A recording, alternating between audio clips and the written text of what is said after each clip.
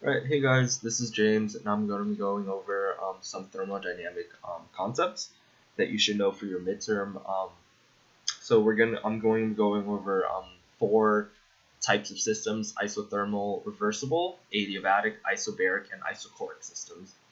So let's go over isothermal reversible first, which a lot of you are familiar about. So remember that isothermal means the system is at constant temperature, and along with that reversible, so let's write reversible here. What reversible means is that the system is at thermodynamic equilibrium, so it can go between its initial and final state. So one key property about reversible processes is that P external is equal to P internal. That'll be important later on, so just keep that in mind. So let's talk about the properties of an isothermal reversible system. So first we know since T is constant, there will be no change in internal energy. So du is equal to 0. This is well, let me first say that we are assuming that we're using ideal gases for all of these systems. So because this is an ideal gas, there's no kinetic interactions between the molecules when they collide.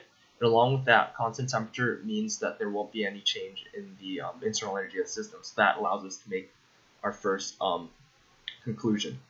So a second property of isothermal reversible is that PV is constant. So this is derived from the ideal gas law, PV equals nRT. We know that N is a constant, and then R is also constant, and then in an isothermal system, T is also constant. So we can say this is equal to some constant K. Because of that, we know that P initial, V initial will equal K, which will equal P final, V final. So we see that PV is constant throughout the system, or throughout the process. So our third assumption is that DH, or our third conclusion is that DH is equal to du plus dPV, which is equal to 0. And this is because we concluded that du is equal to 0 from the first conclusion, and that PV is constant, so dPV is equal to 0 from the second conclusion. So let's talk about our fourth property. So the fourth property is that we know that du is equal to 0, which is equal to Q plus W, right? So from that, we can say that Q in an isothermal reversible will be equal to negative W.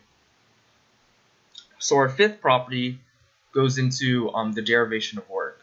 So remember that remember that dW is equal to negative P external dV.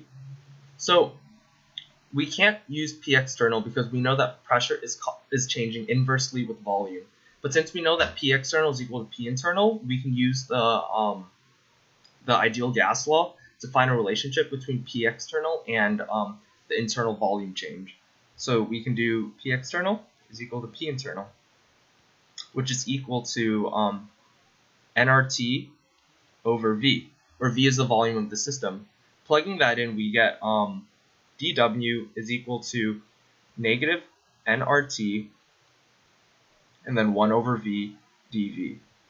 We can integrate both sides to get our work, and then let's integrate from work of initial volume and final volume, and then we get that work is equal to negative nRT, and then integrate the inside, we get ln V final minus ln V initial. So this is possible because we have a reversible system, which allows us to solve for the P external. So that's it for isothermal reversible. Let's go over to adiabatic. So I don't think you guys covered work in adiabatic systems or the direct calculation work. I think the biggest concept you need to understand is that in an adiabatic system, Q is equal to 0. What that means is that, so say we have a system here and a surrounding around here. So what that means that there will be no heat transfer between the system and the surroundings. So yeah, that's pretty much it. Just understand that there's no heat transfer between the system and surroundings for adiabatic system. And then for isobaric, we have a constant pressure, right?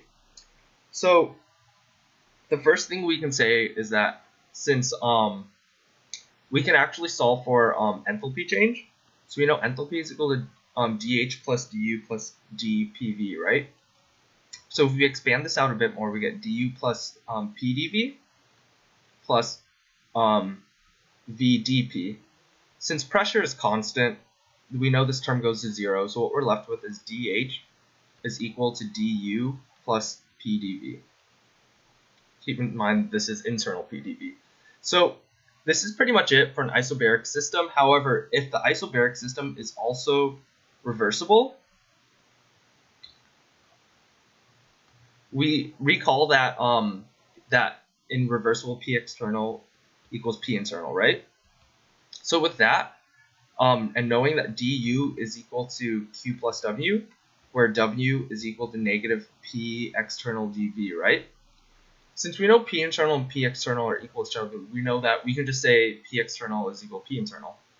Sorry, that was repeating. But if we plug this back in to here, right, we get dH is equal to Q plus negative P external dV plus P internal dV. We know that P external is equal to P internal in a reversible system, so these cancel out. What we're left with is dH equals Q. And this is for an isobaric reversible process. So our final process is an isocaloric process, and that basically means it's constant volume. So our biggest concept for this is that we know that we know that du is equal to Q plus W, right? And then W is equal to negative P external dV. However, since there's no volume change, work will be equal to 0, and because of that, change in internal energy will be equal to heat. Hopefully this video helps. If you guys have any questions, let me know. Thanks for watching. Good luck on your midterm, guys.